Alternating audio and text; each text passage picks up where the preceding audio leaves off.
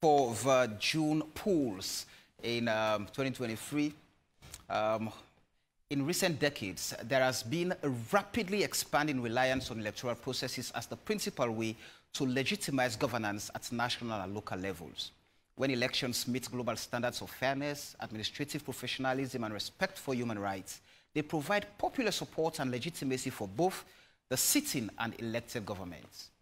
As such, appropriate electoral processes emphasize the peaceful management of social conflict through public dialogue, vigorous debate, and the authoritative selection of leaders through agreed rules. While elections in themselves are only the element of democracy, they create the basis for democratic governance by ensuring that leaders have credible and accepted mandates to govern. When people have the opportunity to participate freely in public life and to choose their leaders through a free and open process, they are less likely to feel a need to resort to violence to resolve their differences or to make their voices heard. At the same time, however, because electoral processes are fundamentally about the attainment of political power, often in high-stakes context, they can sometimes be a catalyst or accelerator of conflict. Experience shows that electoral contests can elevate social tensions and provoke violence, especially when the electoral process itself is not perceived to be free and fair, or where those seeking to retain or gain political power have few or no qualms about resorting to extraordinary measures, including the use of force to win. Violence is most likely to erupt in situations where there are also other underlying or root causes of conflict, such as exclusion, inequality, or a history of ethnic tensions.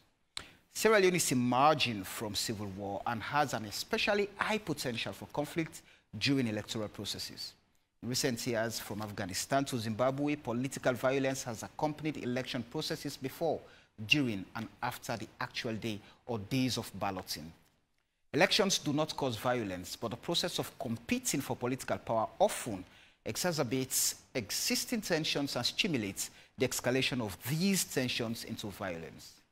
Elections pose distinct opportunities and challenges as a key element of governance design and programming to prevent violent conflict. Tonight, we are assessing the nation's readiness to keep the peace and national cohesion ahead of the polls in June. The Political Party Regulation Commission has fined. The Independent Commission for Peace and National Cohesion has warned. Experts have given warnings. All of this begs the question, is the quest for political power attainment bigger than the nation's peace? My name is Samuel Weisbangura, and this is YVN Sunday. Right, good evening and a very warm welcome to YVN Sunday here on the YV Television on channel 33, on the STV channel 399, on radio FM 101.7, and on all our different social media platforms. Today we are assessing the nation's readiness to keep the peace and national cohesion ahead of the polls in June this year. As always, you can be part of our conversation. Share your thoughts with us to the AYV News Facebook page. But as always, we're begging, we're pleading, we're urging all of you to please tailor your comments to the issues being discussed here. As always, I have a star-studded panel of people who shape the conversations to help us put into context the discussion. I have Andrew Lavalier, Executive Director, Institute for Governance Reform. Andrew, good evening and welcome. Good evening, viewers and listeners. I have Abdul Fatoma, the Chief Executive Officer for Campaign for Human Rights and Development International. Charlie Abdul, good evening. Good evening, Sameh, and good evening to the people of Australia. I have the National Coordinator for WANEP, Aissata Mahoy. Doctor, good evening and welcome to the show. Good evening, Samuel. Good evening, listeners and viewers. All right, we're with the arrival of the Executive Secretary for the Independent Commission for Peace and National Cohesion, Awasali Samai, to join the conversation. But gentlemen and ladies, welcome again. Andrew, I'm going to start off with you. Yep. I mean, you have this initiative, the Unifiers Movement, looking at how we can keep the peace and promote national cohesion, especially when the people themselves should take the lead. Yes. Now, with what is happening, we've seen where PPRC has come out with a statement warning, and at the end of the day, they fined the opposition, All People's Congress Party, because they feel that they created a platform for musicians to pass on provocative messages or lyrics in their songs when they have the platform. The Independent Commission for Peace and National Cohesion, again, has come out and warned. And there are red flags. We have the two political parties. When they meet, it's always a crisis. So, putting into context, where does the peace lie and our national cohesion, especially in the build-up to the June 24th polls? How would you paint that picture? Thank you very much. Let me start with the positive, right? So we expect to see, after this election, we expect to see, you know, there will be no more by-elections after this election. So in the past 16 by-elections, we noted there were Fatoma and others have been monitoring it.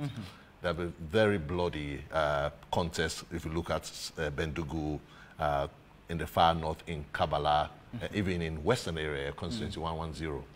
So I think what is good that is happening is that you can criticize the PR system for all you care, but because districts will be developing lists and you know, the country will be choosing from those lists, we will not be having by-elections anymore. And it will be useful to have this conversation within the context of the prevailing electoral law. We are not having first past the post anymore for this election. So we'll not be having what I call localized battles, where people want to win constituencies, you know, at all cost. So what we'll be expecting is to see battles within districts. I think, to me, you mentioned red flags. Does that rule the parties going down to the constituencies, going down to the communities? Definitely, they will go down. They will go down. I think the biggest issue to worry about is between now and the polls. And what stands between now and the polls is the party primaries for the development of the party list. So the parties will be developing the list, and who gets on that list and who doesn't get on the list. So we'll be seeing, there will be, I think normally when we talk about conflict, we talk about conflict between parties.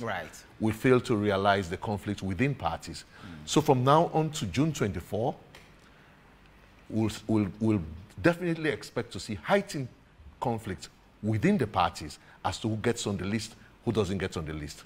So where we see political parties, few people within political parties, you know, monopolizing who gets on the list without involving the grassroots, we'll definitely see tensions within the grassroots. For the two main political parties, the APC and SLPP, there's a difference between the two. We see within the SLPP, because it's a party in power, there's a sitting president, so you have someone with authority to say, you sit down. So you have a kind of commanding influence. For the APC, and that's always the case for when parties are in opposition. We saw this big time in the SLPP, up to the point Kande Yomkela and others had to quit.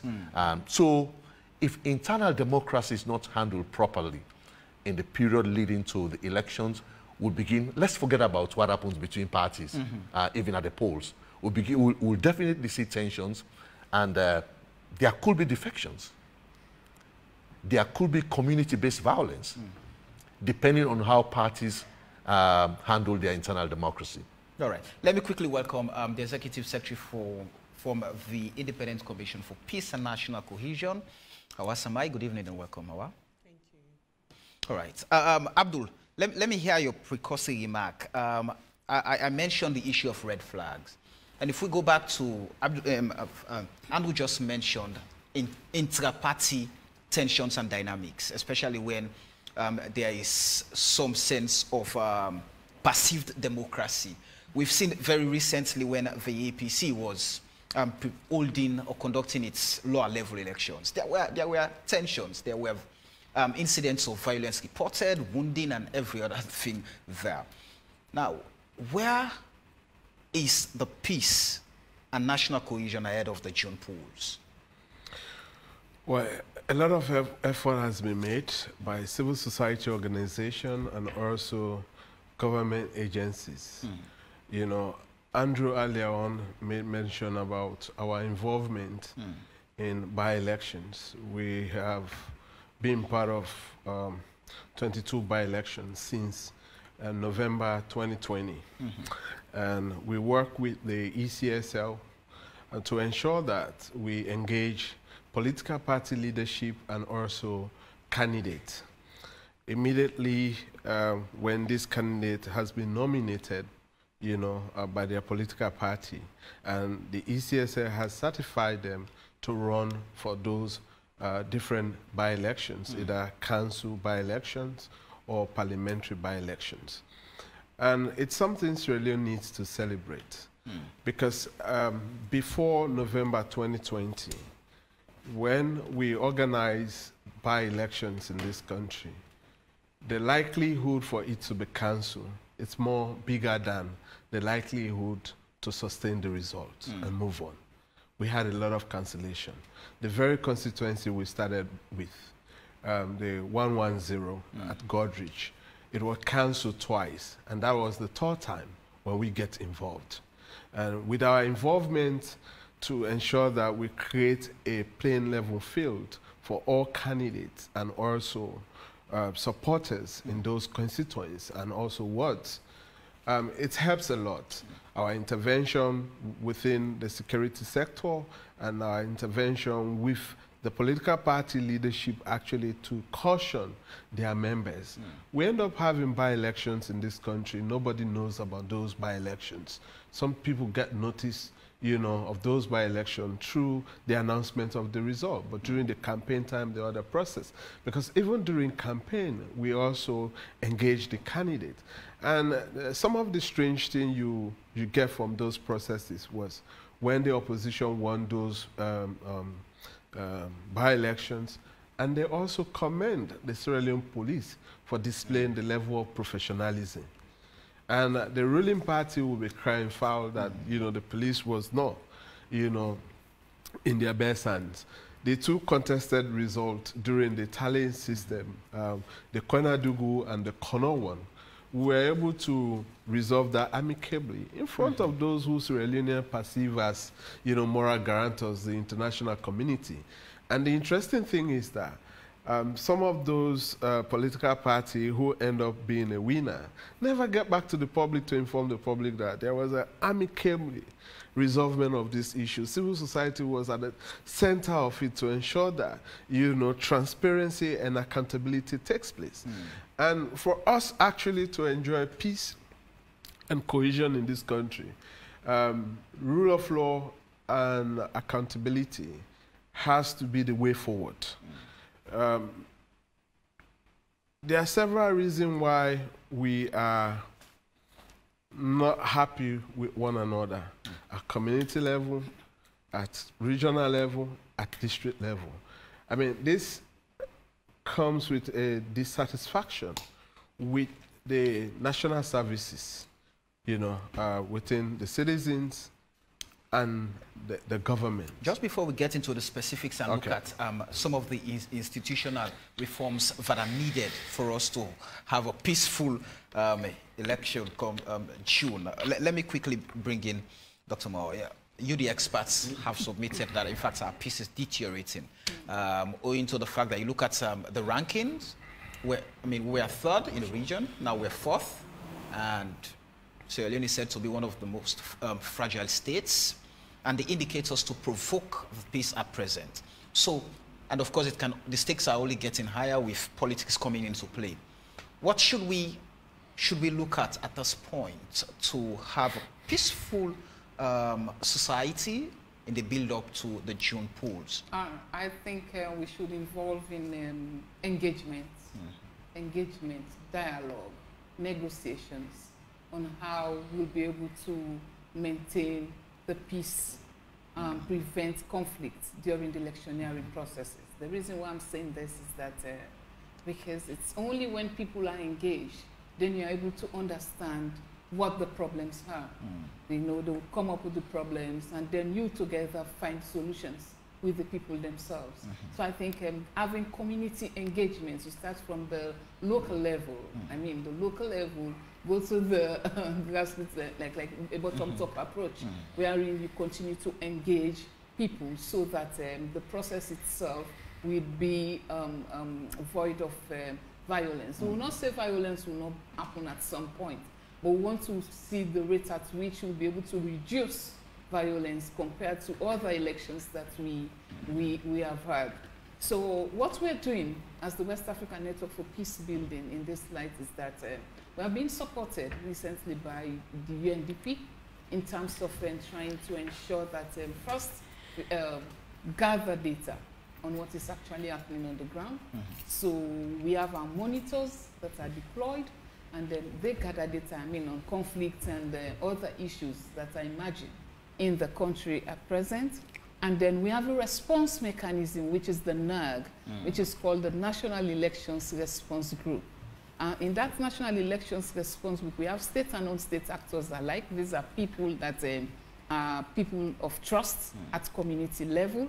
And we have established these groups for them to be able to address issues that are coming up in the different districts that we are operating.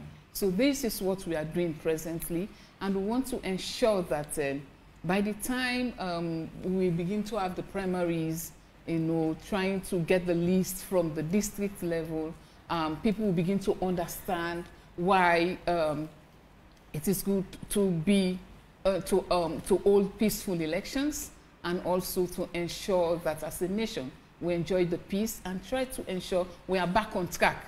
Instead of dropping from the third position to fourth position, we maybe try to attain the second position or first, if possible.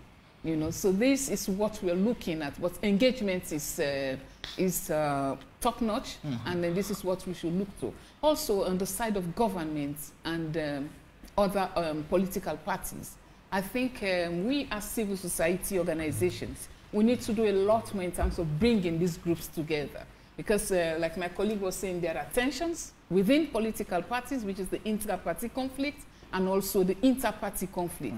And when we begin to have the proper electioneering processes, then we begin to see, and this is what we are anticipating, and considering the data that we are receiving, there are issues, there are indicators. How worrisome is the situation? Oh, well, I will not put fear on the minds of Sierra Leoneans per se, but it's something that we can address as peaceful citizens.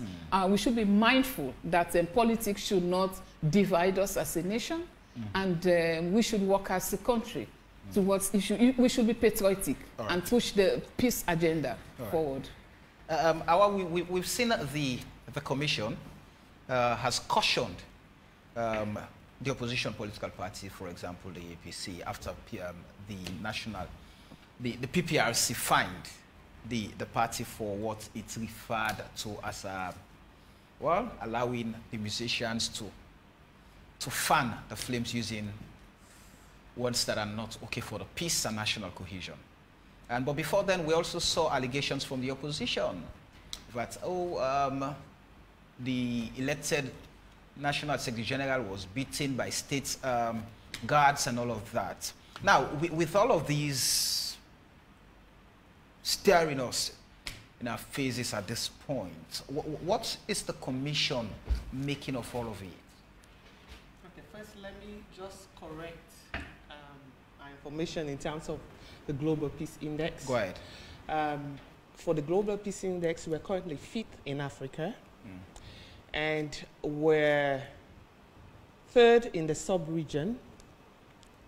And for the Mano River Union, we're 1st. Go ahead. Yeah, we're the most peaceful country in the Mano River Union. Do we want to give ourselves a tap in the back? No. And are we in the midst of a lot of tensions around at regional level? Yes, we notice that the region is very unstable, if I should put it that way. And Sierra Leone is one of the countries that are upholding that status that we're still peaceful in terms of the Global Peace Index in Africa. Our concern as the Commission is not only how do we maintain this, but how do we ensure that normally in all elections around the globe, there are always tensions, whether in Europe, America, Africa, it's almost the same everywhere. The issues might be different, but there are always tensions. So how do we work to ensure that we manage this tension and get a very peaceful election. That's our goal. And against that background, I will tell you that we have started, not now, we've been working, we also monitor some of the by-elections. We're even in Bendugo, as my brother put out some example on Bendugo, and we're able to manage situation there with all our partners on the ground, both local and international partners. And even the night before the elections, we know what we went through to ensure that the day of the election itself was peaceful. So for me, those were a test case. Were we able to manage them? Yes. Can these, what we did in terms of interventions, can we replicate them? Yes, I think we could. And as a commission, we cannot work in isolation. That's mission impossible. We'll always be working. Firstly, we do realize that we're new. We're barely a year, 6 months old. And there have been people on the ground that have been working on peace-building issues. So we cannot work in isolation of them. And as I speak to you, we already have peace coalitions in every district around the country, which are civil society, women's group, and other groups, youth groups that have been working on peace building at district level. And even in Freetown, we had a proposal, a call for proposal with a team of other institutions. That's the Youth Commission, the Civic Education, and NACSA, because there would be some cash for peace as part of our project in that. It's for urban and peri-urban areas. We also have civil society that have applied for those grants. It was very open. It was on the newspaper for over weeks. And we now have about 18 civil society that will be working with in the urban and peri-urban area. And Freetown and Western Rural and Western Urban have been divided into 200 communities already. And this is because we do realize that the highest tension is always in the capital. Are these hotspot areas? Yes, we're prioritizing hotspot areas. Now, we do also realize that the intra-party and inter-party issues have been there even before now. If you look at our press release, it's always balanced, both the first one and the second one. We make sure that even though, for example, we were addressing SLPP convention in the first one, we make sure that we also speak to the other political parties. And with the second one as well, we were addressing the APC, but we also speak to the other political parties. Why did we do, for example, with the second one, we laid so much emphasis on the political leadership in the different political parties? Because we noticed that they're coming out already in almost all the political parties that they are for peace and social cohesion. So if the leaders are for peace and social cohesion, how are they translating this to their supporters? That was our main aim of, for example, the second political, because you have now the two main political parties accusing themselves, not at the leadership, but with their supporters' issues. So how do them as political leaders translate this to themselves? How would they help in helping with the campaign? In terms of also the intra-party issues, for example, we sat at the IGC meetings to help them even get to the lower level election, even up to the convention. So we've been there for them. We'll continue to visit them. If they need help, we'll continue to mediate, because they need to say, we need help before we could step in. That's a political party issue all by itself. Or we could also advise them in some of our visits, how about them setting up peace structures within their system so that it will be able to mediate among themselves, so that we as a commission do not get involved in their integrities of what's going on in the political party themselves. So we will continue to push. I'm very happy with this discussion, because prevention is better than cure, and the commission, one of our main goals is to work assiduously in terms of prevention. we're hitting the ground running. We've already been doing that. We have peace monitors around the country. Even for the registration, the peace monitor has started working. We have a minimum of 25 peace monitors in every district. All right. And these are mainly the bike riders and the youth because they're very mobile.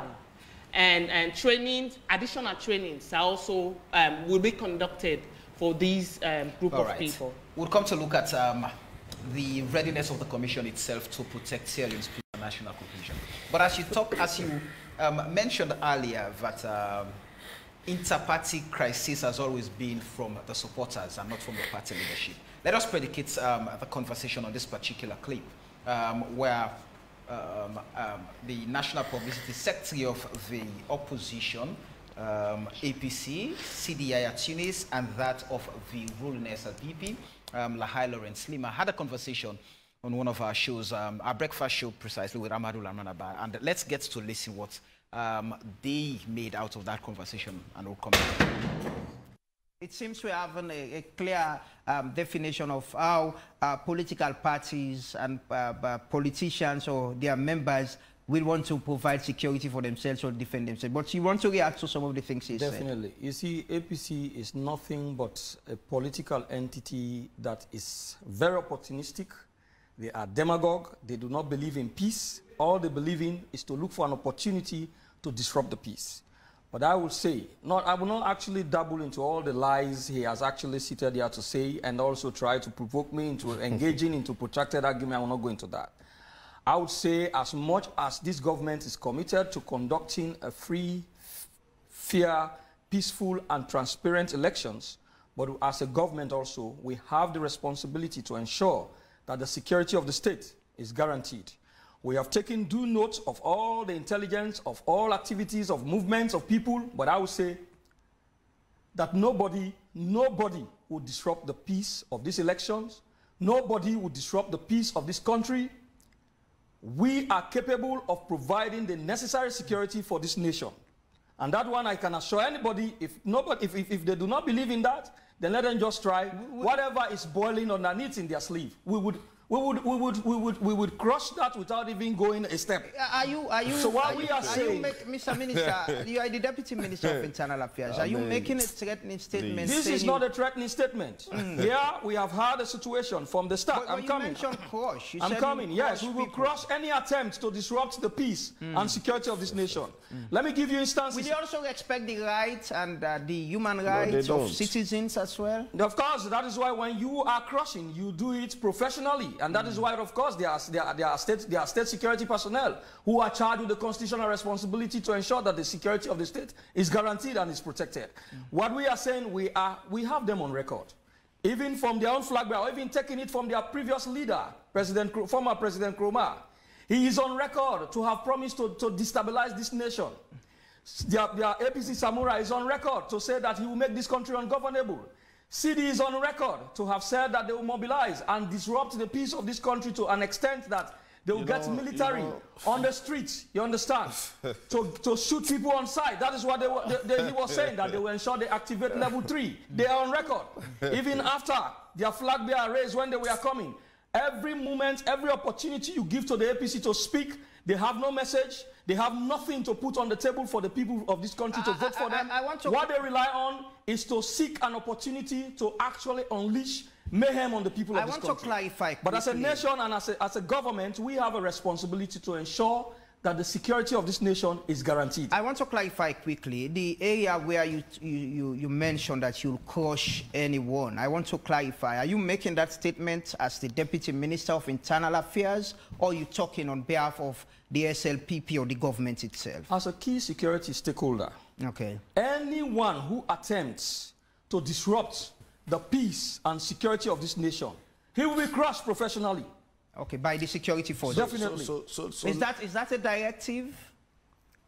It is a statement coming from a key security stakeholder that as much as we are charged with the responsibility to ensure that the peace and security of this nation is maintained. But I will imagine the law enforcement agencies take directives from their police or the military hierarchy and not from the minister. You should understand how governance works. Okay. You should really understand how governance works. That the policy directives come from the political players. And the strategic guidance is provided by the police themselves. And of course, that is operationalized. So that's why when I talk, I talk as deputy. From that angle, I talk as deputy minister of internal affairs. So the security agency should consider this as a directive or a statement, a policy statement from you as a deputy minister. It's a policy statement. I have no regret saying that anybody attempts on the security of this nation, he will be professionally pursued, and if it is necessary to be crushed for the peace and security of this nation to prevail. Quickly, you want to react? We'll take the statement, the reaction by the Minister of Information on the allegations of the beating of your Secretary General. You want to react to what? Yes, but let me say this. First of all, I must say that the time that we have enjoyed peace most under this, in this country is under former President Ernest Bai Koroma. I am not surprised that the deputy minister here is making such a flimsy statement about crushing people. Let me say this. Let me say this. Don't interrupt me. We have enjoyed peace. No. We have enjoyed peace. You made your point. I did not give you. When people we are beating in SLP offices, you made your point with your bogus threats. I did not interrupt you. If you want well, to let me say this. I'll give you the people we are raped, people we are beating. Is that a peaceful nature in which let me be very clear to Leman here. This is a democratic country. To make his point. This is a democratic country. And that's how you have to we are yourself. A responsible political party. We don't need guns. We don't need bullets. Just behave yourself. We need our pens, our fingers, and our ballot boxes and ballot papers. And believe you me, we are going to use them to silence your guns. But let me say this. We are not afraid of your security forces. We are a democratic party. We will practice democracy. And if you stand in the way of trying to take away the rights of the people of this country, you will equally meet our forces as well. We are not afraid of your security forces, so go activate them. Recruit more police and army. You are not going to threaten anyone anymore. Okay. Oh, no. You are threatening with security. Bring them on. Fire your guns. Buy more RPGs. Shoot people. We are not surprised. You have been able to massacre people at Pademba Road, massacre people, and you think you're going to go away with it. You will not get away with it. But I'm very certain you behave yourself in this election. Gentlemen. You also should behave yourself. Because the only people that is destabilizing this nation is you. Using your forces to massacre innocent citizens, and you think you get away with it just like that? Come on. I don't talk too much on that. Quickly. You just don't behave yourself. Let's take a break. We'll come back. All right. Lahai Lawrence Lima, National Publicity Secretary of the ruling Sierra Leone People's Party, CDI Tunis, National Publicity Secretary of the Opposition All People's Congress Party, there with Amadou Lamanaba talking about security and how the elections would pan out should anything stop one of the two political parties. So let me start off with you, Andrew. What do you make of those comments, first off, as we talk about keeping the peace and ensuring that the elections are held in a very serene atmosphere? I think it's unfortunate.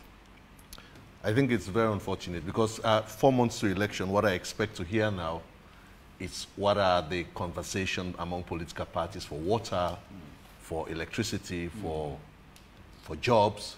I mean, since 2002, the war ended. Not up to 30% of young people still have jobs. I think I've said this many times, that it is time we start to pin political parties down. How can they move beyond rhetoric to making elections meaningful? I think what we've been doing over time is our democracy is really more about changing government, not changing outcomes. And for us, I mean, for those supporting SLPP, APC, I think it behoves all of us to make sure that elections are meaningful. So for the conversation that I just had, there are responsibilities on the side of both government and opposition parties. For the threat assessment we did together with ONS, they mapped out clearly what are the issues of threats. I mean, from the chief, for example, because we have what we call incumbency abuse, and what we call you know, in the case of the political parties that are not incumbent, there is normally, mobilization of extremism which will play out in violence. So there are many forms of incumbency abuses. And ONS actually laid out things like the chief, right from the community level. How is the chief going to play out, the chief going to ensure that every political party has the liberty to campaign peacefully? And the election management bodies, the PPRC, you mentioned the PPRC levying a fine on the APC. And I only hope the PPRC will have the courage again, if SLPP, there's a misdemeanor on the part of SLPP, they levy that fines. You know, something significant happened in 2007. Which was? So you may disagree with Christiana Top for all you care, but when she said 477 polling stations have been cancelled for overvoting, and at that time, the party that felt the brunt was SLPP, because you are the receiving end of that judgment. Do you know what has happened after that? No party overvotes anymore. So the more institutions act, the more they put all of this nonsense under control. So institutions, the ENB, the PPRC, I'm happy my sister is here from the Peace Commission. So the more they act, and normally the area that is difficult for them to act is on the ruling party because they appointed them. So PPRC should have the courage. So if SLPP does something untoward, to act. Even under Infali, we saw a progress in electoral management. And I could say emphatically, when you compare elections, we just saw what happened in Nigeria. When you compare what happened in Sierra Leone, I think we are way above many other countries in Africa. So we have to be strong as institutions to put some of these things, these statements that we're hearing under control. And of course, the media as well. So I don't know what was the conversation that morning, but we have to pin political parties to discuss what is good for us. For Freetown, a number of people in Freetown, they queue for water 5 a.m. Just before we get to some of these fundamentals that should shape the conversation, Andrew, I want to go back to the utterances of Lima and Sidi Yaya Tunis. You mentioned you worked with the Office of National Security, and the office has its National Election Security Steering Committee and all of that. But what can they do at this point to ensuring that political parties play by the rule, comply by the dictates of what, transparent and credible elections call for? Because if ONS, for example, has banned the use of martialism, no political party should go on with marshals, the state should be able to provide security. You have opposition parties who are saying, no, we do not trust state apparatus, so we can provide security on our own. And if you go by what Sidi is saying now, well, if you come with your forces, you will also meet our own forces. And you go by what Lima is saying, we would use the security forces if you tend to disrupt the peace. So imagine you have these two forces. You have the state actors and those that have been recruited to protect the opposition on their side. What does that bring to the mix? Since 2012, since we started tracking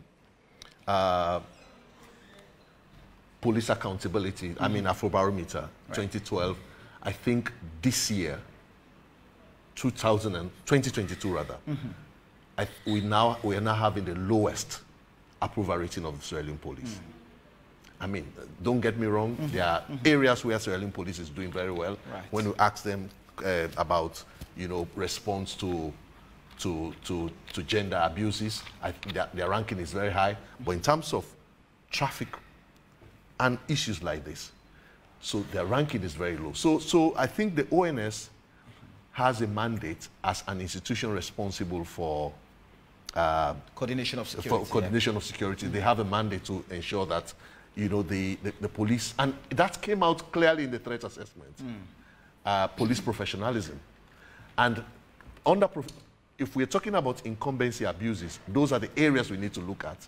And how do you ensure that our security forces are professional? Because there's a clear meaning of power. What do people mean by power in Sierra Leone? The meaning of power is I will lock you up, right? I will lock you up. That's the meaning of power. So we have to ensure that the meaning of power is not just my ability to restrict your movement, but my ability to deliver services. And I know because where the domain where I come from is about converting power to service delivery. So, so to me, I was just going through some of the issues, the alarm signals, I mean, areas of incumbency abuses that we need to pay attention to. We spoke about the police. My friend, Carl, Center for Accountability and the Rule of Law, they are really monitoring the courts, because if the court is not seen to be even, we will have situations like this where people say, I don't trust the legal recourse process. So we have to ensure that the state provides proper justice. And then we mentioned the chiefs. But the issue of resource, how are we using even financial resources of the state in moments like this? I only hope institutions like you are actually monitoring expenses, state expenses, in moments like this. But there is also, we can talk about incumbency abuses for all we care. I mean, Limba, what they were grilling Limba on was on incumbency abuse. How do you ensure that you do not use security forces? You know, you have to use them democratically. But there's also the issue with the opposition. And it has been largely about ethnic mobilization of voters. We'll be publishing the Afrobarometer on national cohesion. Ethnic mobilization of voters has been, you know, I know it's done by both sides of the political divide, but we expect at this moment for, especially the main opposition party, to be floating, to be having a policy position on many other issues. And forget about, providing, mobilizing people on the basis of ethnicity. We're just collecting data now where we ask the question, will you vote for a party? Will you vote for, so imagine majority of people in your ethnic group decide to vote against your party, against a particular party. Will you vote for that party? We have 40% of people saying they will not vote against the interests of their ethnic identity. So ethnicity is making it difficult for even political parties to be accountable. And I know it was not mentioned in that conversation, but I think we need to bring it to the conversation when we're talking about simmering down the tension in a moment like this. Abdul, let's get to what Andrew was talking about, the power of incumbency. We go back to the Sierra Leone police. So somebody was telling me the other day that by default, the police force itself is politicized. You have the police council, headed by politicians, the vice president, the minister of internal affairs, as chair and secretary general to that very council that looks at policies and all of that and sent to the police for operationalization. So if that is anything to go by, then how do we trust state institutions in the sense? The other day I had Karamokaba, one of my shows, and he was talking about how they do not trust the Sierra Leone police because they've witnessed over time how the police has been, how the force have been influenced. And I asked if whether or not that was out of experience, since he also held a position like Lima, if that was out of experience. And it was very clear it was out of experience. So how do we then handle situations like that when the state institution that should ensure internal security is being politicized? Yeah, thank you. Before I go to your question, may I just comment on, the Lima and City issue? Definitely. And the statement there from the Deputy Internal Affairs Minister, it appears to be a very serious concern to the people. Actually, to make things clear, he was invited as the national publicity secretary of the party, but it was very difficult to distinguish between his ministerial office and never, during the seconds of those conversations, he never associated himself as the publicity secretary.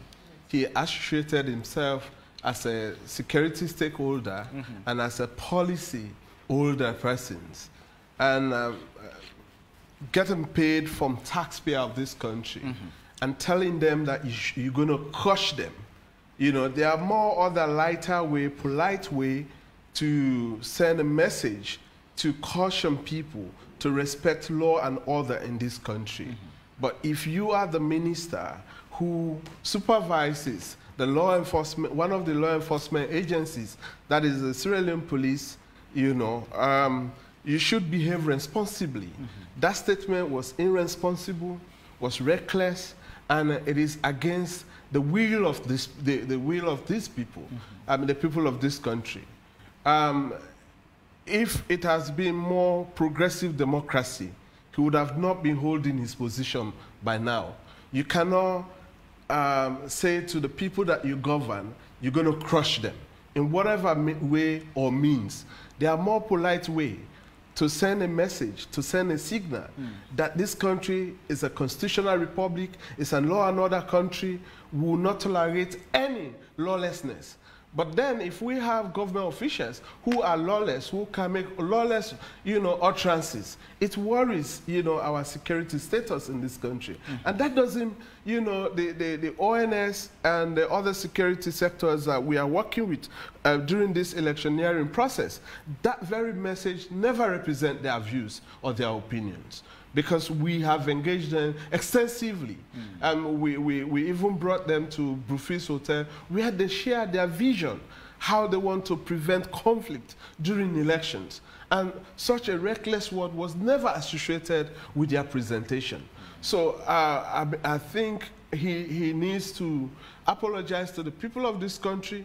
And if the government really cares about the welfare and the protection of this country, he needs to go off. It takes two to tangle. Yeah, he needs so to Lima mentioned that. But also CD said that if those forces are out, they would also meet their own forces. And why would those forces he come from? bear more responsibility than CD. I mean, he is a sitting, you know, minister. And CD, he's just a citizen and also executive member of an opposition political party. That forms an integral component within the governance structure. Within the governance structure, but he is a sitting, you know, minister. He owns more responsibility than that of city. So let me come to the issue of the police. Yeah, the police. There's one bigger issue, like you said in your intro. The police, the composition of the police, you can see a lot of politics at play. You know, the office of the vice president, the minister of internal affairs, and then you still have the Police Act, the 1964 Police Act. And in that act, there is a provision for the internal affairs minister. If he gives okay to anybody in the police, that individual, he or she can go publicly and declare themselves as a political party activist or a political party supporter. The fact that the minister has given that individual okay, it's clear in the law. It is the law. So if we actually want to have a police to police us, we should, you know, work around with the police. If the Law Reform Commission is working, we work with the Law Reform Commission, you know, to ensure that we reform the laws, because that law is not democracy friendly. It is against the very people that the police are policing. So in other democratic nations, we have seen huge progress. 2 years ago, we approached the police, and a very senior police officer at the management meeting that election is coming. There's no way they can tamper with that law. So we have to forgive them and wait after elections. And so, but we see ECSL, PPRC, and others reform their law. You know, 1 year, 6 months towards election, even, you know, 7 months towards election. So we were wondering why such a blatant, you know, excuse, you know, in terms of reforming the police. But then the earlier composition of the police before we demolish the local government and reintroduce it. Previously, the police board comprises of the mayor, paramount chief, tribal heads persons, you know, and all this. But now that is not the case. because we introduced the 1991 Constitution from the 1975 or 78, something like that. And then with the 1991 Constitution, there was no local council. So it was more narrow. When you actually take a look at the 1991 Constitution, it's more about one-party design. The only areas that actually give window to democracy is the part 3, talking about the multi-party democracy, you know, and other governance institutions. But you look at the power confines in the presidency, you know, you actually see that this is clearly, you know, one-man show, you know, something. So in our effort to do the reform, engaging on the white paper after election, I think we need as a country to rally around the political powers for us actually to have constitutions that speaks for us. At this crucial time, without the reforms in the salient police, what would it mean for a peaceful conduct of the elections? Because evidently the opposition, the opposition parties do not trust the police. And the police is seen as being weaponized against the opposition by the ruling party. So how would that come out? I mean, that comes sometimes people can say politicians are hypocritical. Very recently, the All People's Congress praised the SLP for professionally manning their, you know, convention. Several by-elections won by the All People's Congress at Wellington and other communities across the country. To us, they praise the Sierra Leone police, behaving professionally. But when once things never goes, you know, their way, I mean, definitely the police is unprofessional. We definitely know, we are on record in this country condemning the Sierra Leone police, both in Kaba government, in Kroma government, and beyond government. So when politicians come out, when things are good, praise the Sierra Leone police. But when they see, you know, tensions high, they start casting doubt on the Sierra Leone police. That creates a hypocritical position. We all know how divided we are. We are not only sharply divided, we are deeply divided. And state institutions have been used, I mean, has been weaponized, you know, for our political interests. Certain institutions, they will withdraw some, you know, security forces and say, XYZ security people, they are not for us. They will not be with us. So definitely we cannot deploy them on operations. And the other people say, no, we don't want this type of people, you know, to provide security for us. We have our own men. So we even having political party detecting to state institution, you know, as to how they should carry out state functioning. So that is a worry sign for us. But with our engagement with the security sector, I think, you know, there is a strong possibility that we can have a peaceful election. All right. Aisata, let's talk about democratic institutions. So we've talked about the police. The PPIC is also being accused as another tool being used by the government to silence opposition political parties. Femi Claudio's school is there complaining how PPIC is being used as a weapon to kill her party. And the ADP is another party complaining. We also have the courts. We've seen how the justice system is being administered. So people, to a point now, people are saying what we're getting is worrisome. If the court cannot be seen as a succor of hope, or as where political parties go to seek redress, if they do not trust that particular system, then it's becoming unbecoming for the peace of the state. The ECSL is also being accused by, which is almost a monumental problem. So how do we address, or how do these institutions position themselves to be trusted, to regain confidence, I mean, by those they deal with, especially the political players? Okay, thank you. First and foremost, just to bring out my own opinion. On the clip, go ahead. Yes, on the clip, yeah. It's an unfortunate incident, and the utterances are also condemned, because for those two major political parties in this country, which people know, they are the traditional political parties, we expect a lot from them. Whatever utterances you're going to give to people, don't try to divide them, and don't try to hypnotize their minds, per se, to do things that will go out of the way. And you know, this is the age of social media. And even when we did the threat assessment with ONS, hate speech, which I consider that particular speech as hate speeches, is one of the most prevalent indicators to violence in this country. And now what we even see on social media is that people implicating people, using bad words, using utterances that, you know, we disrupt an entire society. So these are things that we should work towards in terms of trying to eradicate them. Now trying to, then on the other part of how to make institutions more professional and work.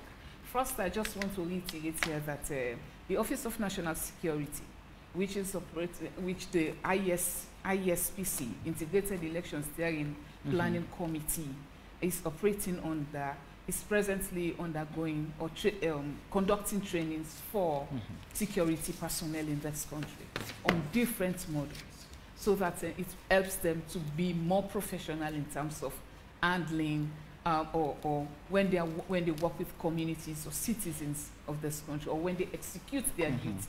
So those trainings are presently on the go, and OneUp and other civil society seated here are also part of that particular institution. So these are part of the things that we do as institutions to ensure that we help build capacity and power so that people can be professional.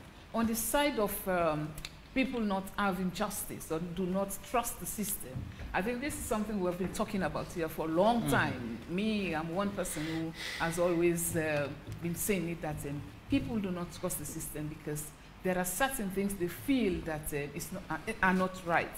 First, unequal distribution of wealth, also how people access justice.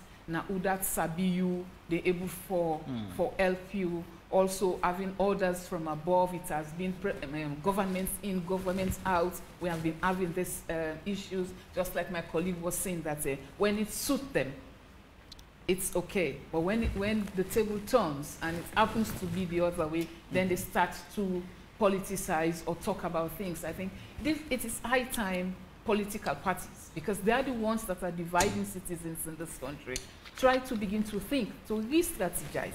So I was looking at trying to look at new global solutions to peace and sustainability that we must follow in this particular country. First, you ensure that equal distribution of wealth is there. Because now people are saying that, oh, it's because this government is in power, so they cater for their cronies, their tribesmen and everything. So the other political parties of opposition do not benefit or do not get the merit from the coffers, you know. So these are issues that we should try first and foremost to ensure that we try to wipe them out. So as a step, stamp out exclusion. That's the catchword. You stamp out exclusion, meaning everybody should be on board, who is capable to handle certain areas. You know, whatever issues of national development, people should not be excluded from it. If I am a Sierra Leonean and I see that this particular work that is going on there, I have rights, I have the responsibility to ensure this goes on well, elect them or call me. I they put much there, you know, just to make sure that you know where your heart is and ensure that you participate there fully. And then the other thing is... how well do you think we should sound that particular trumpet for inclusion? Because it's been the same concern over time, over decades. Think, yes. So is there a new strategy now to get that done? Because there was a report done by IGR where the common perception that if I come from AYV, I'm appointed, AYV should be developed. But that has not been the case. So he also talked about ethnic mobilization, yes, but at the end of the day, there are no benefits to the people. Exactly. So how do we handle that? And also, I think we should have a database for professionals. You have a database for professionals in this country. You say, okay, I look this particular person, devoid the party where it belongs, as long as you're able to handle this. This is the kind of person we want. How do we get this person into our camp? so that we are involved, we work on behalf of national development. These are the kind of things that I want to see. Political pundits have advanced over time that the politics we practice is based on complementarity, based on rewards. I mean, if you've invested in me securing or winning power, I do not care whether Dr. Mao you are competent or not. You've invested. So this is the politics we've been practicing over time. So how do we change that? I mean, in terms of getting people to the realization that it's bad and it has kept us, it has stagnated development forever. But how do we change that? But what I also think is that we have to re-strategize as civil society organizations, trying to look at trying to look at how, as a group or a platform, we ensure that we hold these people accountable. In as much as we are going there all the time to look at the Constitution, you know, trying to make amendments in the Constitution, we should also look at ways in which, or we have referendums where we insert certain clauses that says devoid of political party. If people, we have this database of people where we think that these people are very good engineers, or these people are very good designers, something. We need people. We cannot go out to get them, or we do not only rely in our camp to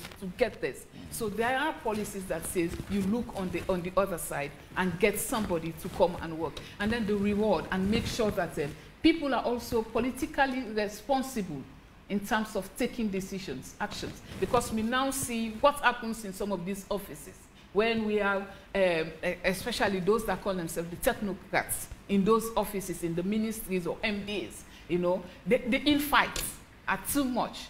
So building the minds of Sierra Leoneans, you know, where do we start? I mean, I asked that question because you go back when former President Ernest Bai Koroma appointed Victor Bokarifo as vice president.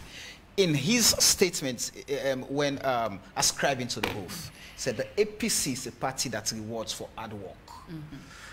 President Julius Maada Bio at the town hall, he go only work with Uda Isabi, boss we believe in. And so, what it's telling us is SLPP cannot work with APC. APC cannot work with SLPP. So, irrespective of competence, so the question is, it's the best way forward for development, but how do we achieve that? That's what I'm saying. We, as civil society, that are not with them, try to re-strategize and refocus our energy in terms of how to build, because these are some of the steps to building peace and sustainability. You know, I was trying to bring out some of the issues like trying to ensure that there is equality among men and women. There is equality in the law. When you look at how people access justice, how people access services. Also, we should try also how we strategize ourselves, position ourselves as civil society, come up with our demands, or come up with our strategy and say, Parliament, this is what we need and this is what we want to be included in some of these policies. I think we should be very serious about it. Until we are serious about it and serious about the work of civil society that we do, then they will begin to take us seriously. Because these are the things that I think will strengthen the sustainability of peace in a particular country. And then this is what we'll begin to look at. And then also fixing the intergenerational problems, looking at the young and the old.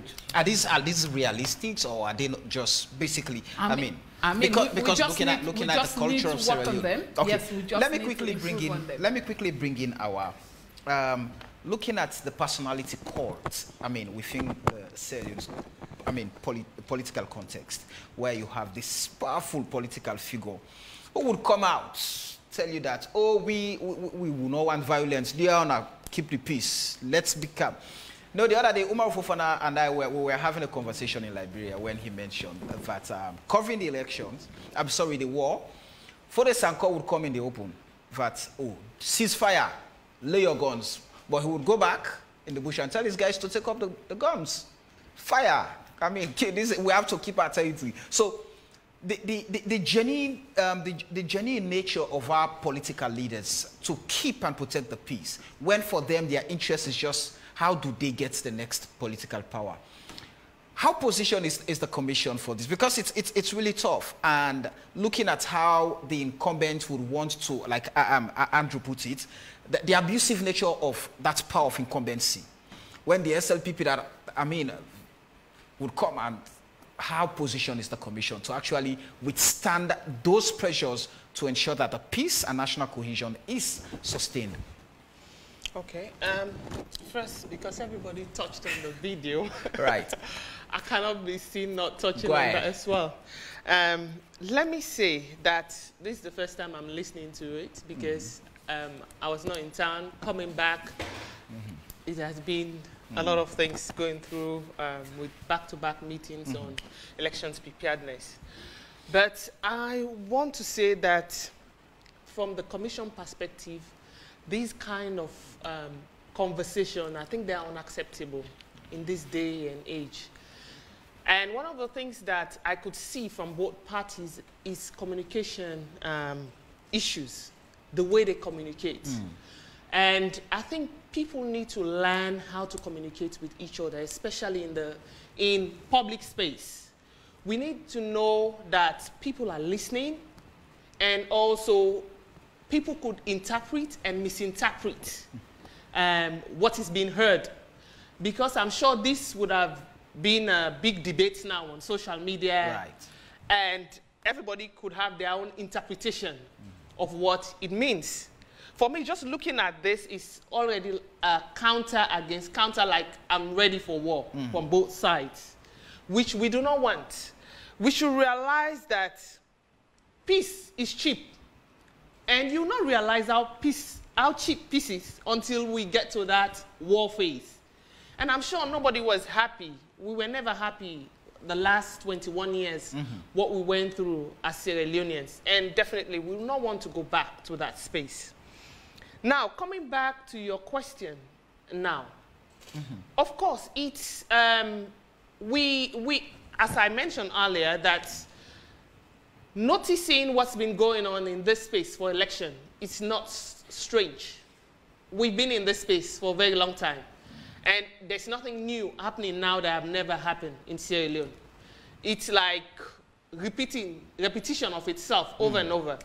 But do we want that repetition to continue? Although we've never had war out of all of this during our elections process, at the end of the day, we always have a peaceful kind of election. And we always have a leader. But how do we ensure, with what we saw August 10, and knowing that flares could easily be breached and people could easily jump the fence without even thinking, with all this push that is going on all over this place? Firstly, yes, leaders can say something in public and say something in secret, but we hope, that's why we're saying we hope that they will replicate their words to their supporters this time around. That was part of our commission's press release. Right. And we will not stop there as a commission. Firstly, we would be engaging different forums. We'll be engaging Parliament. Parliament will soon be closing, but before they close down, we'll be engaging them as parliamentarians. And because we know once they get out there, it's a different ballgame. They're in their election jackets, and they all want their political party, even if they do not have a seat, they want their political party to win. How should they engage? And how should they engage peacefully? And we will encourage dialogue among themselves. We'll also go down to district level. We would engage political parties at all district levels. Because most of the time, when you get to the district and when you get to national level, it's completely different thing, because we monitor all these lower level elections as well. And you find out that it's not replica of what's happening at the national level that's happening at those district levels. So we want to engage them. And engaging them is bringing them all as executive, all political executives together. We've had deliberation with PPRC on this. And PPRC and ourselves would be sharing with them and have dialogue with them, which we hope will transcend down to the chiefdom level in terms of working with them for conflict prevention. We'll also be working, because most of the time, whether you like it or not, they'll be using all spheres of life, the ghetto boys and all the rest of it. So we'll have civil society as well go down there, because at that level is their level, civil society level. As I mentioned earlier, we're working with civil society, and we will get them to do a lot of engagement on ground level, because we don't want one district to be on fire and the other district to be peaceful. So we will spread thin with civil society, because that's our strength, around the country to ensure that they engage the relevant stakeholders. They would identify the troublemakers at district level and the people that could easily ignite trouble at district level. How do you even deal with the tagging that even that comes along with even the CSOs, for example? When some CSOs, I mean, you see that people say, oh, it's APC. Some say, oh, it's SLPP. So how do you even first off deal with that and restore trust and confidence? So the people themselves are able to trust, I mean, the messengers you're sending out there. That's why we're dealing with all civil societies that have worked on peace building before. We're not handpicking. We went to the council and we asked for a list of all those that have registered that they're working on peace building. So we did not handpick. And we have those that also have evidence of working on peace building. And when they met, they did not deny that they do not know themselves. So it's not, we didn't choose one institution or two institutions or just 5 at the district. We say everyone that is working on peace building should be part of the coalition. So with that, we believe that there's a balance. Even if they have, there is one on one side of a party and there's another one, I'm sure everybody will not be on the same side. So we've created the atmosphere of balancing without handpicking institution, because that's what we want. With that, we sure will have the balance that we desire at that district level. And if all of them were to go to them and have a dialogue with them at the same time, simultaneously, then they know that this is a joint force. This is not about just the Peace Commission itself, but this is about the Peace Commission and the voices on the ground. We worked similarly on that last year, and we had a very productive response to that. And we noticed that they were working hand in glove with the systems that we put in place. And what we also want to say that these systems that we're putting in place as a commission, they're not just there. They will not just be there for elections. They will become permanent structure of the commission itself. So even after elections, they will be in existence to mediate. We have mediators on the ground. We have 2 different mediators. We have women that will take the lead because of Resolution 1325. But if they are back on the wall, for example, for societal issues that women cannot cross the line, we have men that will also work with them simultaneously. So we have structures that we put in, and we want to ensure that, that this will suffice for peace progress. Let me also add on, Isata mentioned about inclusiveness in terms of the process. To be inclusive in whatever we do is a process. And it could take a long haul in getting that process through. Rwanda did not do it in one day. We should realize that. And this is also part of the mandate of the Commission. And these are all part of our strategic plan, our 3-year strategic plan. Yes, we're working on putting so many structures in place for the elections, and even after the elections, we putting on system with the AU in place for early warning and early response that will span. It's not just for elections, but even span after. It's a permanent. I did mention that's a permanent structure. But in terms of inclusiveness, these are dialogue that will continue. Let's talk about that. I'm going to predicate this question on a conversation I have with Francis Ben-Kaifala from VACC the other day. And what he told me, sometimes corruption, the president does not necessarily need to even pick a phone up and call Awa. By obligation, having appointed Awa Samai as the head for this particular institution, Awa feels obligated, wanting to protect the interest of the president. So the president does not necessarily need to call you. So sometimes people say, oh, the president who is influencing, but actually the president is not calling. Just feeling like, oh, bro, this is another man and give me a job. I need to look after an interest. With that in mind, and you also mentioned how you've handled by-elections and how peaceful they've turned out. The stakes are even getting higher now. It is, I mean, we're talking about national elections, the presidency, chair, and all of that. How the independence and trust of the commission is key.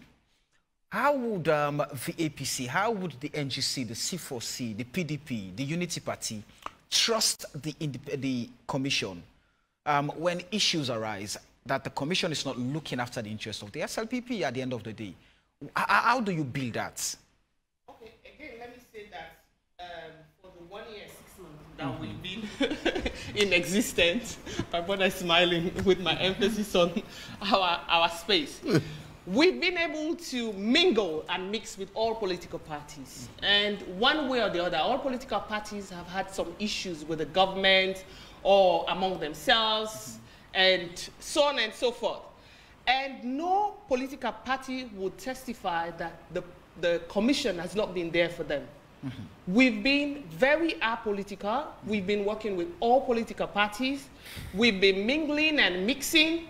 We've been at their back when, for example, they fall into issues. We've been very supportive in dialoguing between governments or state institutions for them. And we've also been very, very supportive to all political parties. Even me sitting at the IGTC, nobody would ever say that what they've ever discussed at those meetings are being aired out because I'm under oath of confidentiality. So there are things that you would do that would ensure that this institution is on the line in terms of repetition. Let me also go to our chairperson. Our chairperson is Reverend Johnson, and he's just been through Parliament, and he's been a mixer. He lived in the North, right? And he's been the friend of the former president, and he now lives in the South, and he's been also the friend of the current president, and he speaks with all of these people.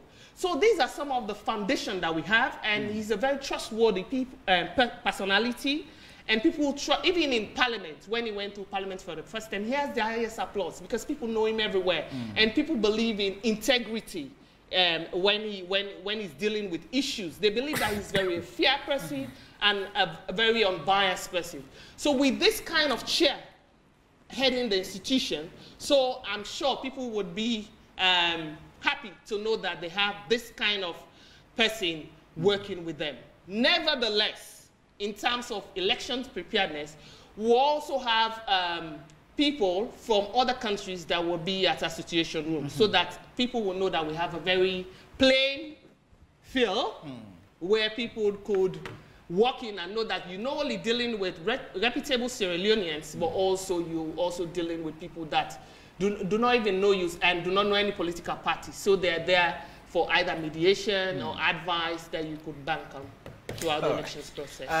Let me run through a few messages. We have many of them on Facebook, and I'm also just going to ensure that I take the ones that speak to the issues.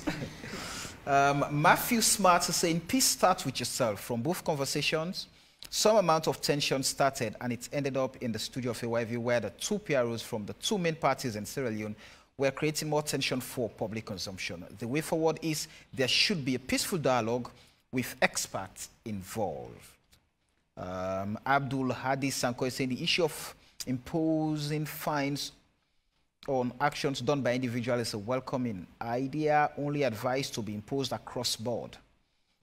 Without good, okay, I'm skipping that. Okay, no personality attack.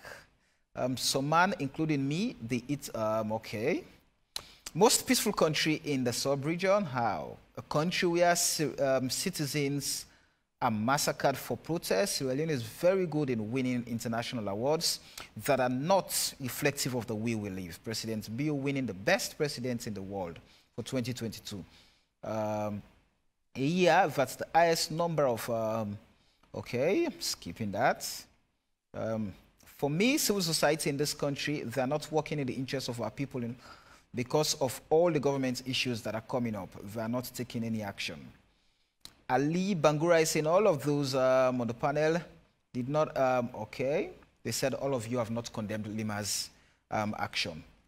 Yes, so well, no, I'm not sure. He gets what he wanted to. Bashir Loxi Mustafa Fala is saying the vote is the most powerful instrument ever devised by man for breaking down injustice and destroying the terrible walls which imprison men because they are different from other men. Every citizen of this country should be guaranteed that their vote matters, that their vote is counted. IGR, civil society groups should know this, and that in the voting booth, their vote has much weight as that of any CEO, any member of Congress or any president. Voting is a right best exercised by people who have taken time to learn about the issues. The election is not about violence, Samuel, trust me. Lucky Bash from Tunisia is saying that. Okay. Sierra Leone is the only country where some citizens celebrate when the country go down.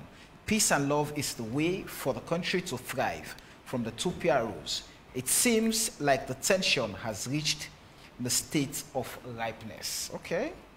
Molai Wabai Kumari Samuel, why are we not hearing much from New?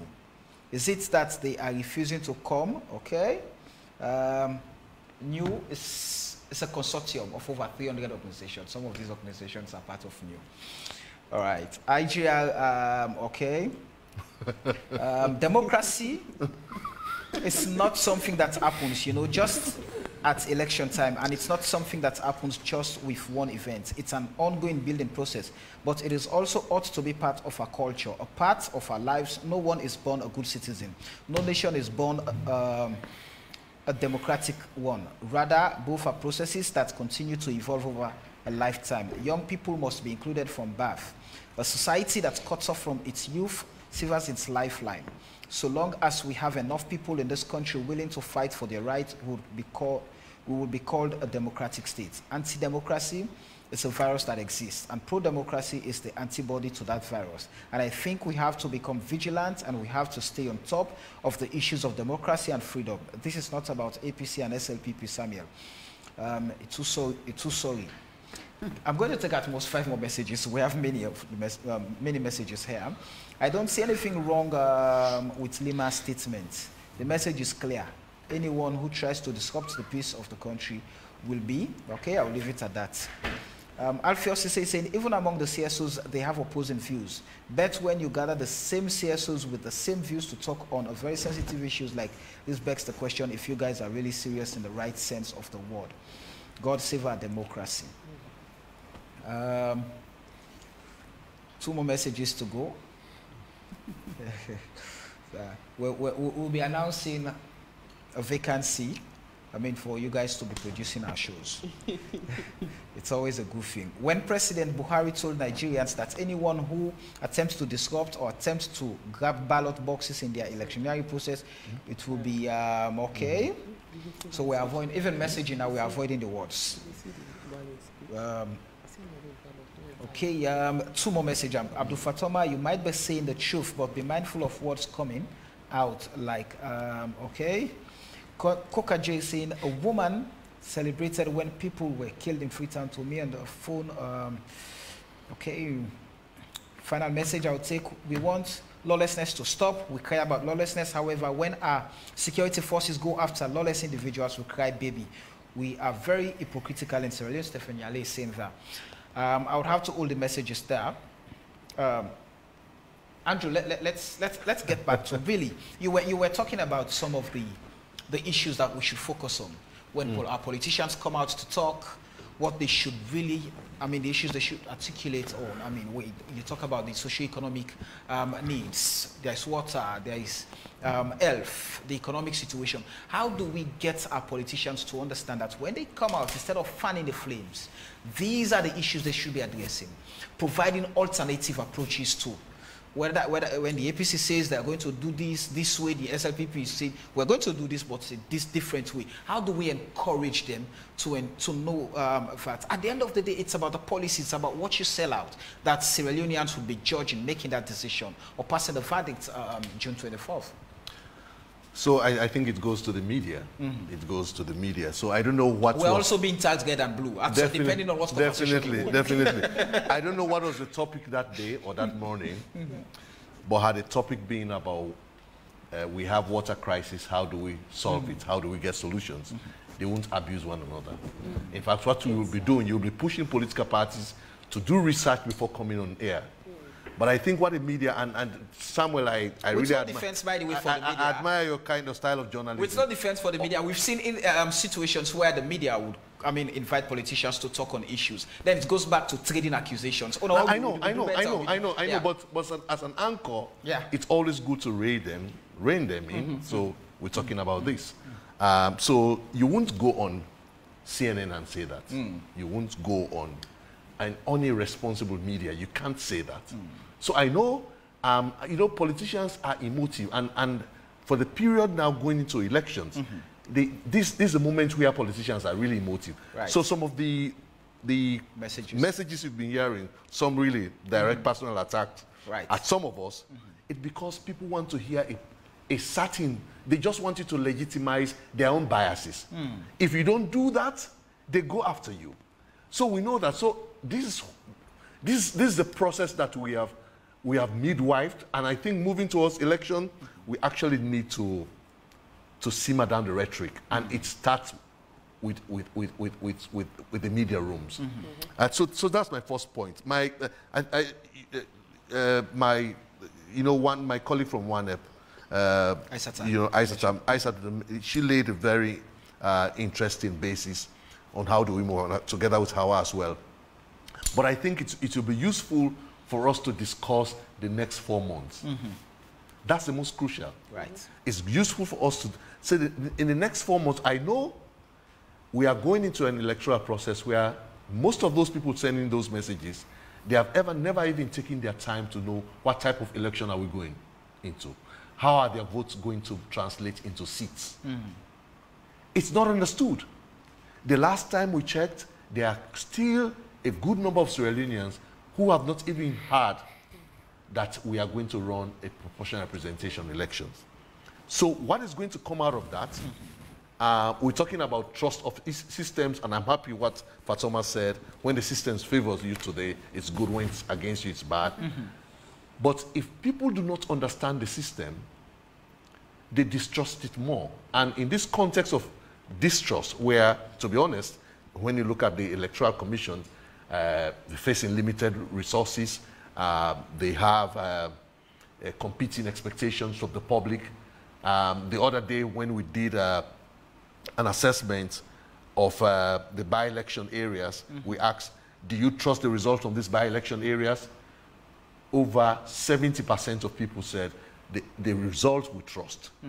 And then we asked, do you trust the Electoral Commission? The trust went up. But when we stepped out, said, do you trust the by-election results in those areas? When we aggregated trust of the Electoral Commission, it went down.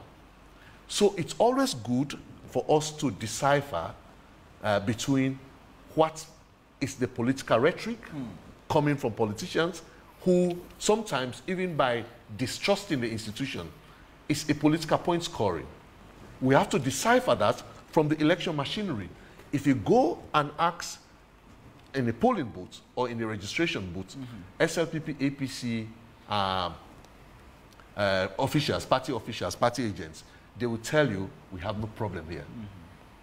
And we've seen that.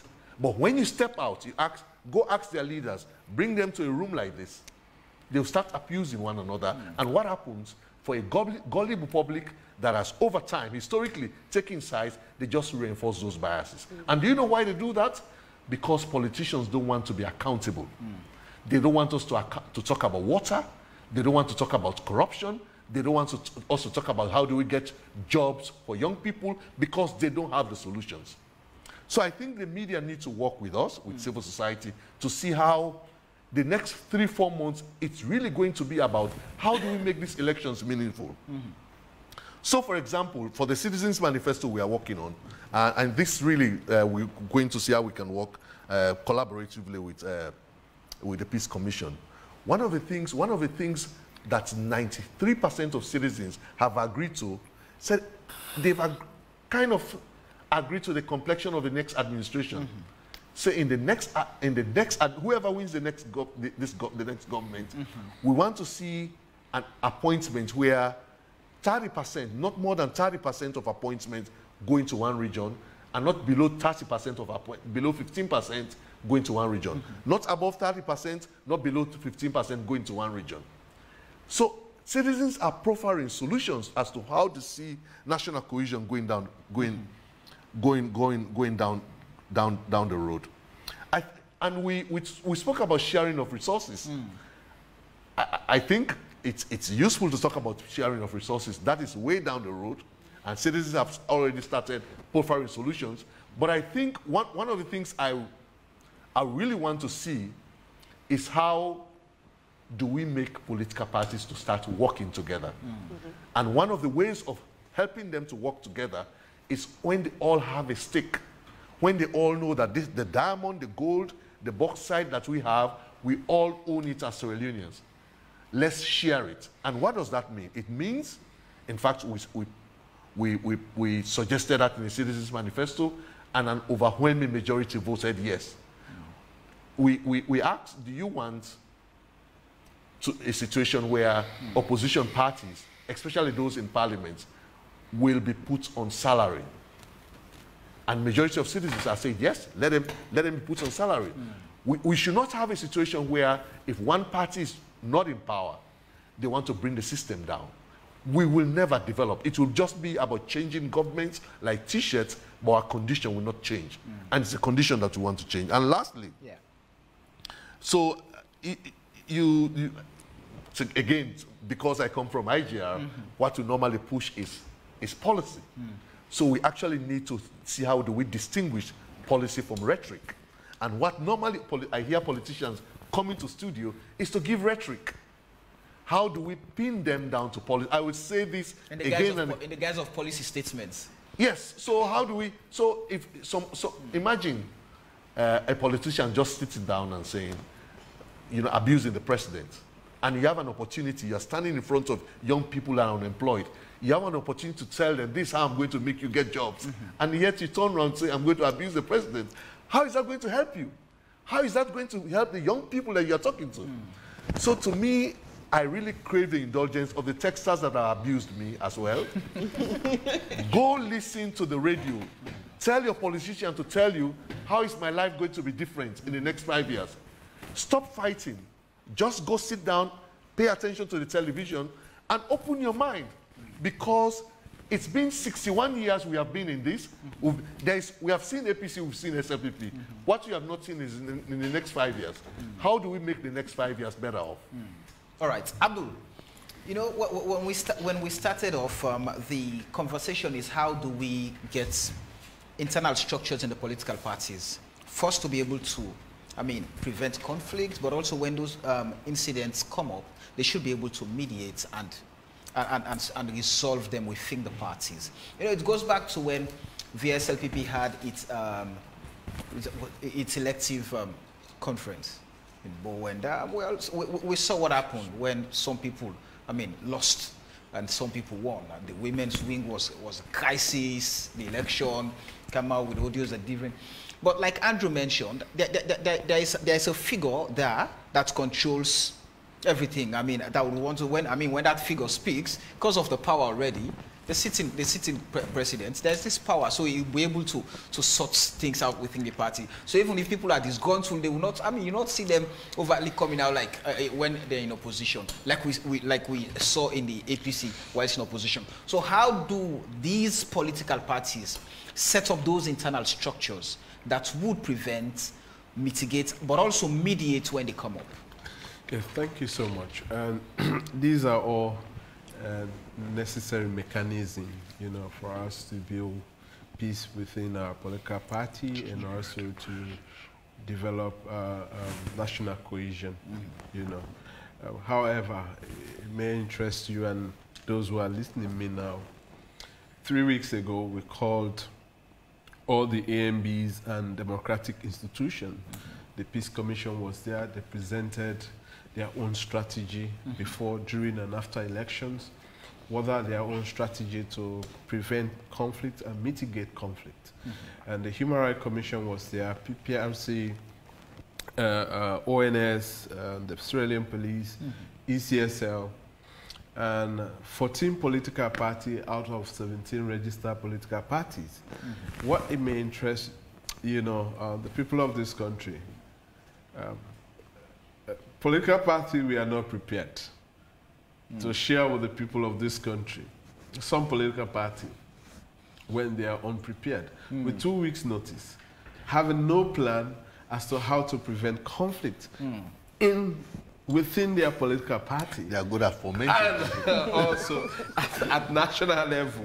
So this is how prepared they are. And if they have no plan for themselves in preventing conflict within their own circle, and that exactly tells you why they are not prepared, you know, to mitigate or prevent violence, you know, outside of their political party. This shows a worrying situation in this country.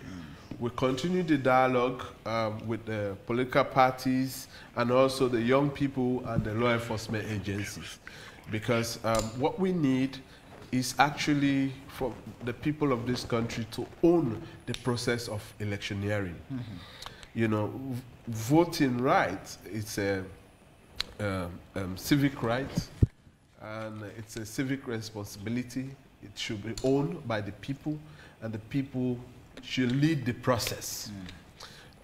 Working with ECSL to ensure that that happens, you know, we are engaging diverse group of people, you know, from security sector and so on and so forth.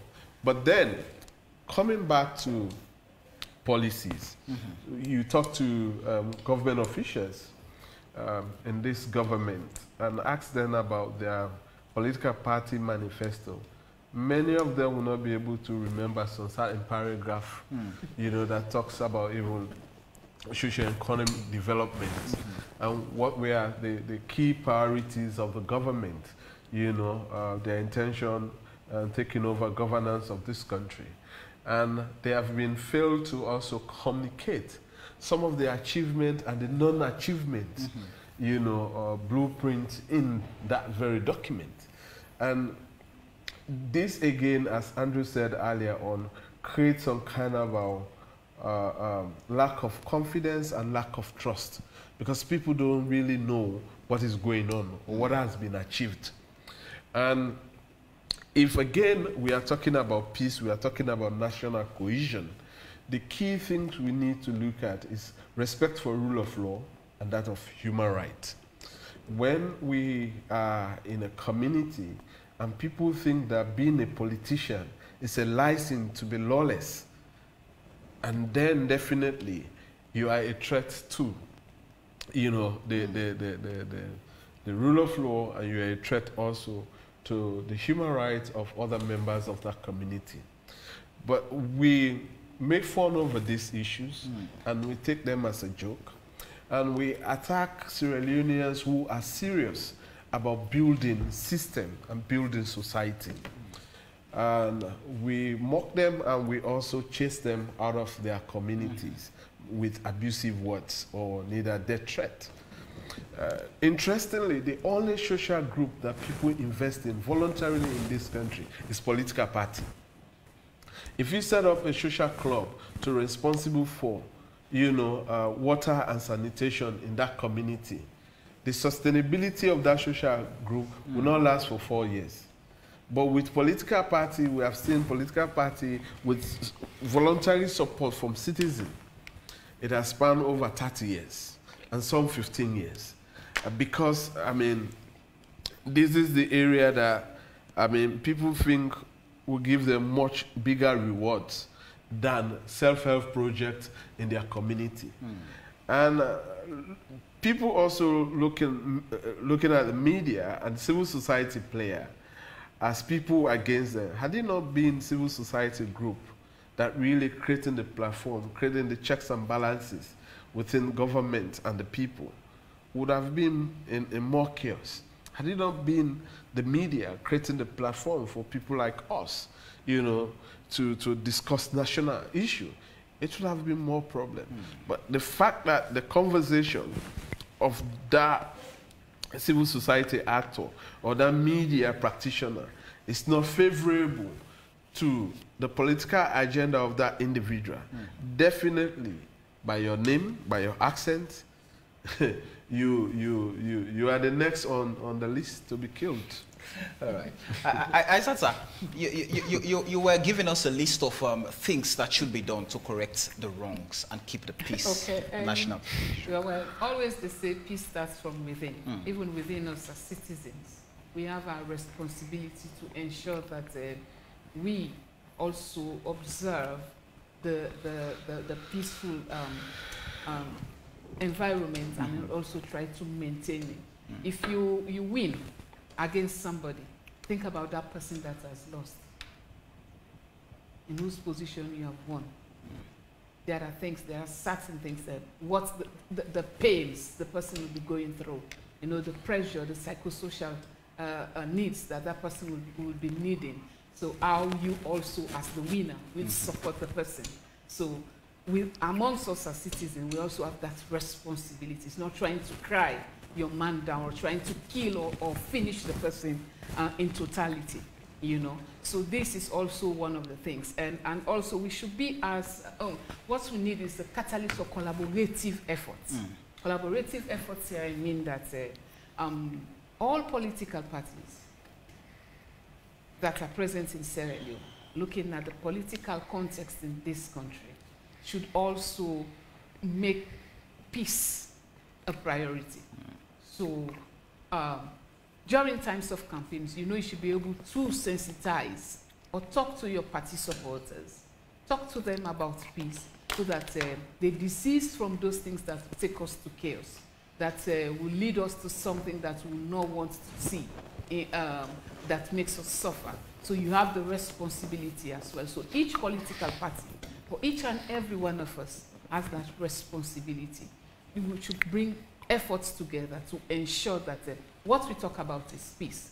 And what I'm looking for, like, towards these elections as well, is that by now, as political parties, what they should be thinking is how to sensitize the populace on what form of electoral system we're going to use. Because people are not well informed about this, and this is what we should be thinking about.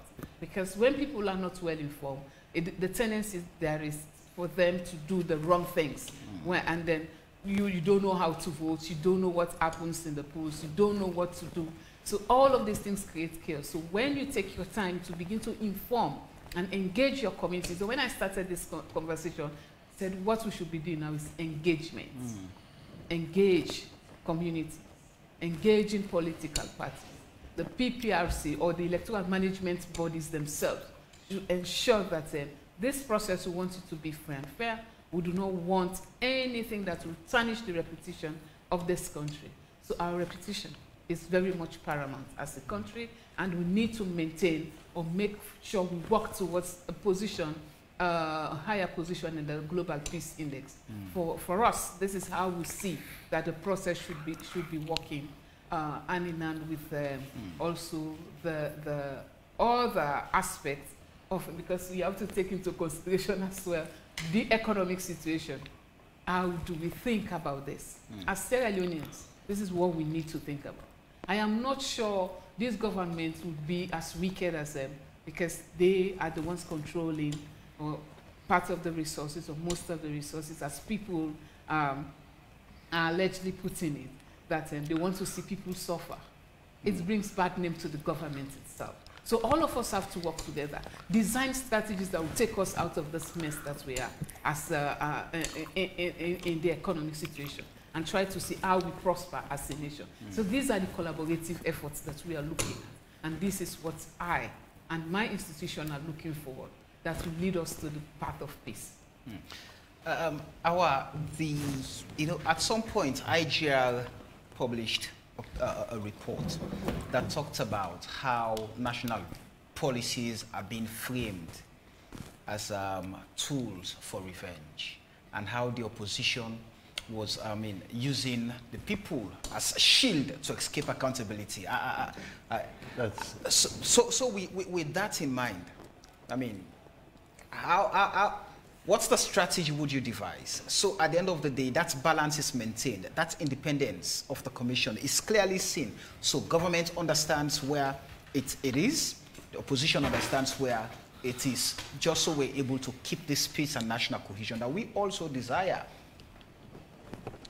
Again, as I said earlier on, that what we'll be banking on is prevention. And prevention means for us at the Peace Commission a lot of communication and conversations or dialogue.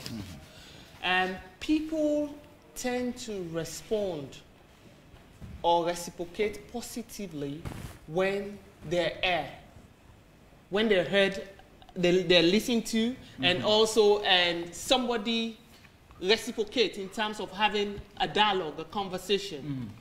Now, for people to feel that they're heard and they're listened to, it simply means that you have to act, right? The commission is there with open ears to listen to every complaint and to also respond appropriately. As I mentioned earlier, we'll be dialoguing a lot with every political party. And we will not be doing it in isolation of PPRC because we have that cross mandate as well. If they want to do, because there are some meetings which they ask us before for isolated meetings, devolve of the PPRC, we will listen, but we'll still report to PPRC in some cases where we believe we're intertwined with our roles and responsibility, that this is going on, you need to be updated, and how could we continue this conversation, right, with you. So these are some of the things that we would continue to do and we'll continue to act upon. That's why we're also saying we'll have conversation. And when we're even having conversation at district level, we'll not be having conversation with one political party at a time. No, we'll bring all the political parties under the same roof so that everybody will air out their grievances and we'll discuss solution and way forward. And with that, everybody will be on the same page. Preparedness is key for elections. If we're not prepared, then we're not ready to handle mitigations. So conflict, we need to spend more on conflict prevention. And that's exactly what the Commission has been assigned to do. We're spending more on conflict prevention. We'll go around, we'll have all this dialogue. The policies are there, yes. Things are there that people need to work on, where the civic education need to be heightened. We would definitely call on the Civic Education Commission to come on board. That, hey, we're having this event, maybe you do not have funds for it, can you pitch in into this specific event so that they will have a role to play, so that people will understand. We will not be working in isolation, devolved of all these electoral bodies, no way. Because we're working towards a peaceful elections. So we'll ensure that we carry everybody along, and we ensure that they carry us as well. So it's all about partnership. We've already signed an MOU with all the electoral bodies, management bodies, that we will continue to work in partnership and in harmony to ensure that we have a peaceful elections. And we also agree that we'll also intertwine our activities where necessary to yield the optimum best where needed. So definitely, again, I want to emphasize that we'll not be working in isolation. We'll work with civil society where the need be, or the relevant security agencies where need be, because all the electoral management body are also part of the ONS. All right. So we'll continue to work in that. We have about 3 minutes to close. So Andrew, just quickly in 45 seconds. You know, when the APC ended their National Delegate Convention in Bo, the night the mayor said her vehicle was taken away from her by the police because they told her she used the vehicle for personal gains, and she was not supposed to have done so. But again, it was Abdul who mentioned the rule of law.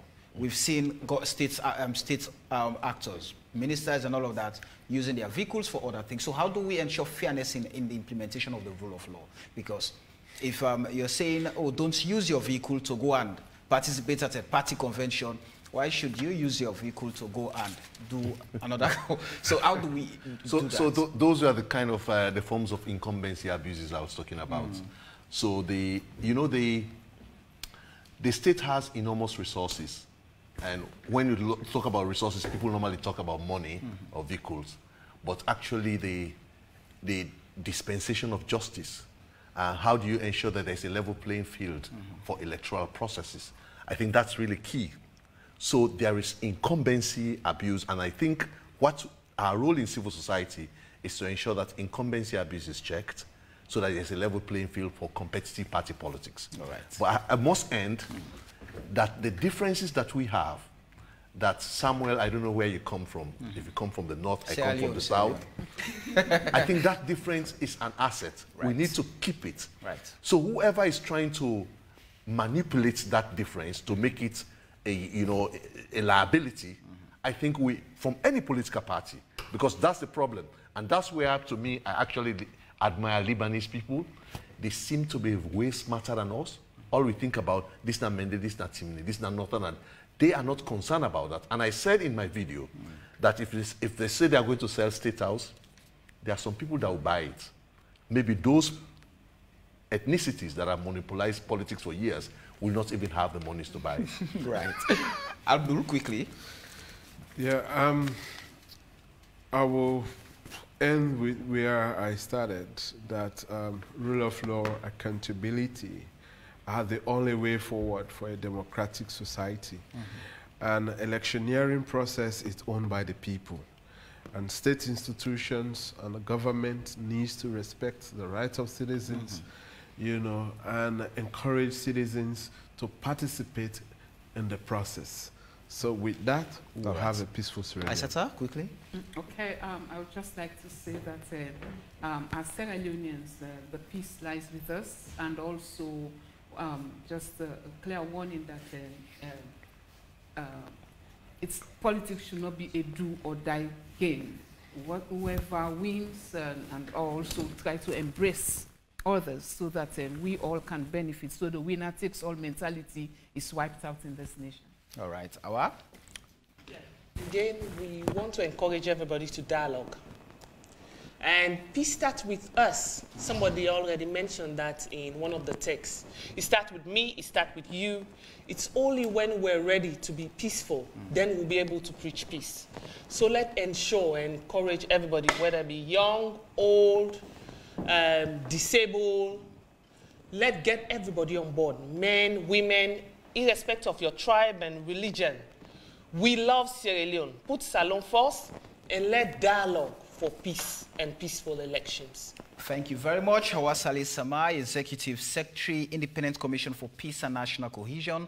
Andrew Lavalley, Executive Director, Institute for Governance Reform. Abdul Fatoma, Chief Executive Officer, Campaign for Human Rights and Development International. And Dr. Aissata Mahoy, National Coordinator, WANEP. It's been a pleasure having all of you here, gentlemen and ladies. This is where we end tonight's program. Thank you all for sharing with us your thoughts. We did not go through all of your messages, unfortunately, because some were more political than the conversation, and they did not contribute to shaping a peace and national cohesion we are looking for. But thank you very much. We appreciate and enjoy the privilege of your time tonight. Up next is our AYV Primetime News. Until then, the show has been AYV on Sunday. My name is Samuel Wise Bangura, wishing you all a lovely night. Bye-bye.